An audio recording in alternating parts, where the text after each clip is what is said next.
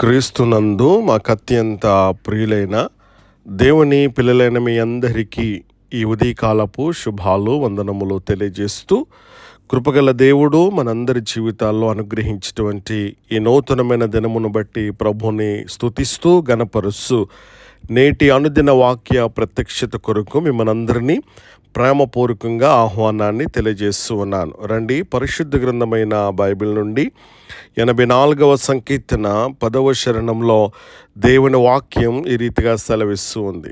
నీ ఆవరణములో ఒక దినము గడుపుట 1000 దినముల కంటే శ్రేష్టము. నీ ఆవరణములో ఒక దినము గడుపుట 1000 దినముల కంటే శ్రేష్టము. ప్రభునందు ప్రియ దేవుని బిడలారా, చదవబడినటువంటి లేఖన భాగాన్ని మనము జాగ్రత్తగా ఆలోచించగలిగినట్లయితే, దేవుని సన్నిధిలో ఒక రోజు గడపటం ఈ లోకములో 1000 రోజులు గడపటము కంటే శ్రేష్టము. దేవుని సన్నిధి విలువ తెలిసినటువంటి వారే ఇలా చెప్పగలరు. అలాగైతే ఇలాంటి అనుభవం మనకున్నదా? దేవుని ఆవరణములో ఏముంటుంది?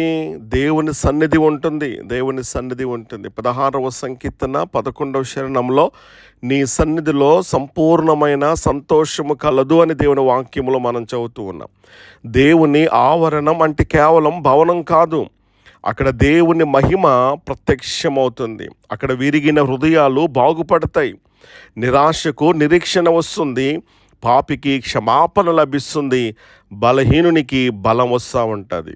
మోషే 40 రోజులు దేవుని సన్నిధిలో ఉన్నప్పుడు, 40 రోజుల తర్వాత దిగి వచ్చినప్పుడు అతని ముఖం ప్రకాశించినట్లుగా మనం చూస్తూ ఉన్నాం. నిర్గమాకాండం 34:29 మనం చదివితే ఈ విషయాలు మనకు అర్థమవుతూ ఉంటాయి. లోకం నీ ముఖాన్ని మార్చలేకపోవచ్చు, కానీ దేవుని సన్నిధి నీ జీవితాన్ని మార్చుతూ ఉంది. దేవుని ఆవరణంలో ఒక రోజు జీవితాన్ని మార్చగలదు. యెషయా గ్రంథం 6వ అధ్యాయం 1 నుండి 8 వచనాలు మనం చదువుతూ ఉన్నప్పుడు, యెషయా దేవుని ఆలయంలో దేవుని మహిమను చూసినటువంటి ఒక్క సందర్భం తన జీవితాన్ని ఏం చేసిందో తెలుసా?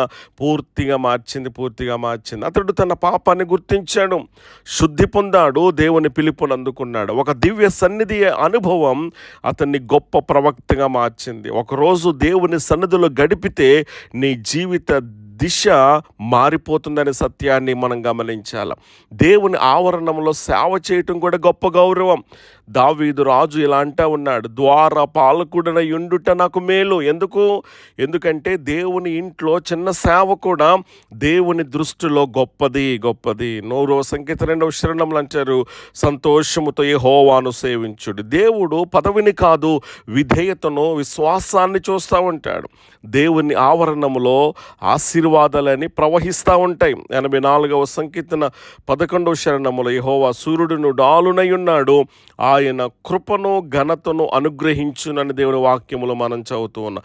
దేవుని సన్నిధిలో రక్షణ ఉంటుంది, కృప ఉంది, ఘనత ఉన్నది, సమాధానం ఉంటుంది. ఉదాహరణకి అన్న మొదటి సమయ గ్రంథములు మనం చదువుతూ ఉన్నప్పుడు, ఆలయంలో ప్రార్థించి వెళ్తూ ఉన్నప్పుడు ఆమె ముఖం మారిపోయింది. కొంతకాలానికి అద్భుతమైనటువంటి రీతిలో అన్నాను దేవుడు దర్శించాడు, సమూయేలు జన్మించినట్లుగా మనం చూస్తూ ఉన్నాం. దేవుని ఆవరణాన్ని ఎవరైతే ప్రేమిస్తారో, ప్రేమించేటువంటి వారిని దేవుడు ఘనపరుస్తాడు. అందుకే 27:4వ శరణంలో సంకీర్తనలో మనం చదువుతాం, యెహోవా మందిరములో నేను ఉండాలని నేను దేవుని ఒక కోరిక అడుగుతూ ఉన్నాను, ఇక నాకేం కోరిక వద్దని అంటా ఉన్నాడు. అంటే దావీదు ఇక్కడ దేవుని సన్నిధినే కోరుకున్నాడు, మరొకటి ఏమి కూడా కోరుకోలేదు. అందుకే దేవుడు అతనిని ఏం చేశాడో తెలుసా అండి? దావీదును దేవుని యొక్క హృదయానుసారుడిగా అని చెప్పేసి పిలిచినట్లుగా మనం చూస్తూ ఉన్నాం. కాబట్టి దేవుని సన్నిధిని ప్రేమించేటువంటి వ్యక్తి ఎప్పుడు కూడా ఆత్మీయంగా ఎదుగుతాడనేటువంటి సత్యాన్ని నేను మీకు జ్ఞాపం చేస్తూ ఉన్నాను. అలాగైతే కనుక ఈ రోజున మనం నేర్చుకోవలసినటువంటి సత్యాలు ఏంటో తెలుసా? మనం ఆచరించవలసినటువంటి విషయాలు ఏంటో తెలుసా? ప్రతిరోజు కూడా దేవుని సన్నిధిలో సమయాన్ని గడపటం నేర్చుకోవాలి. సంఘ ఆరాధనను నిర్లక్ష్యం చేయొద్దు. దేవుని ఇంటిని ప్రేమించండి. ఏ చిన్న సేవనైనా ఆనందంగా చేయండి. దేవుని సన్నిధిని జీవితంలో మొదటి స్థానంలో గనక ఉంచుకోగలిగినట్లయితే అడుగు వాటన్నిటికంటేను, ఊహించు వాటన్నిటికంటేను గొప్ప కార్యాలు చేయటానికి, సమాధానముతో, నెమ్మదితో నేను నింపటానికి ఆయన ఇష్టపడుతూ ఉన్నాడు. అలాగైతే కనుక ఇక్కడ దావీదు రాజ్యం కంటే దేవుని సన్నిధిని కోరుకున్నాడు, ఎంచుకున్నాడు. ఎంచుకున్నాడు. మనము కూడా ఈ లోకంలోని తాత్కాలిక సుఖాల కంటే దేవుని సన్నిధిని మనం కోరుకుందాం. 1000 రోజులు లోకములో గడిపిన దేవుని సన్నిధి లేకపోతే కనుక జీవితం శూన్యం. కానీ దేవుని సన్నిధిలో ఒక రోజు గడిపితే అది జీవితాన్ని, కుటుంబాన్ని, పరిచర్యను, భవిష్యత్తును మార్చగలదనేటువంటి సత్యాన్ని నేను మీకు జ్ఞాపం చేస్తూ ఉంటూ ఉన్నాను. అలాగైతే కనుక దేవుని ఆవరణాన్ని ప్రేమిందాం, దేవుని సన్నిధిని మనం గౌరవిందాం, దేవుని సన్నిధిని మనం వెతుకుదాం, సేవను గౌరవంగా భావిందాం.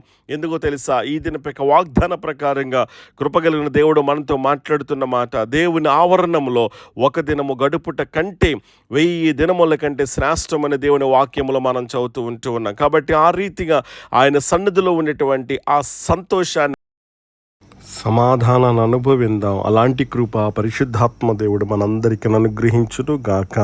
ఆమేన్.